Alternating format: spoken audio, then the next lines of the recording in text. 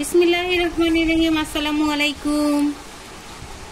মানে রসুনের আচারের অর্ডার আবার চলে আসছে, সো আমি রসুন কাটতে বসে গিয়েছি। পুরো গ্লোভস পরে বসছি। ওই যে একটা ইয়াস না, আমাকে পোড়াতে যদি এত লাগে ভালো, এরা যেন আমাকে পোড়াইতে না পারে, সের জন্য আমি পুরা গ্লোভস পরে বসে গেছি।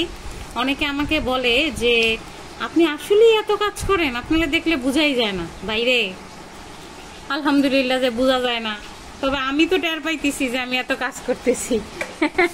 আপনারা বুঝেন আর না বুঝেন, আমি তো বুঝতেছি, আমার শরীরেও বুঝতেছে, এই হচ্ছে কথা। যাই হোক, আবার মজার ইয়াম্মি রসুনের আচারের অর্ডার চলে আসছে এবং মানুষ এখন অনেক স্বাস্থ্য সচেতন, আলহামদুলিল্লাহ। মানে দেখে শিখারও আছে আর কি, নিজেও শিখতেছি। এই জন্য নিজেও এখন রসুনের আচার বানায় খাইতেছি অলরেডি। রসুনের উপকারিতা বলে তো শেষ করা যাবে না, আলহামদুলিল্লাহ সবকিছুর জন্য। তো আপনারা কিন্তু রসুনের আচার লাগলে আমার সাথে যোগাযোগ করতে পারেন। আর রসুনের আচারের কেজি হচ্ছে, যেটা 1 কেজি সেটা নেই হচ্ছে 800 টাকা।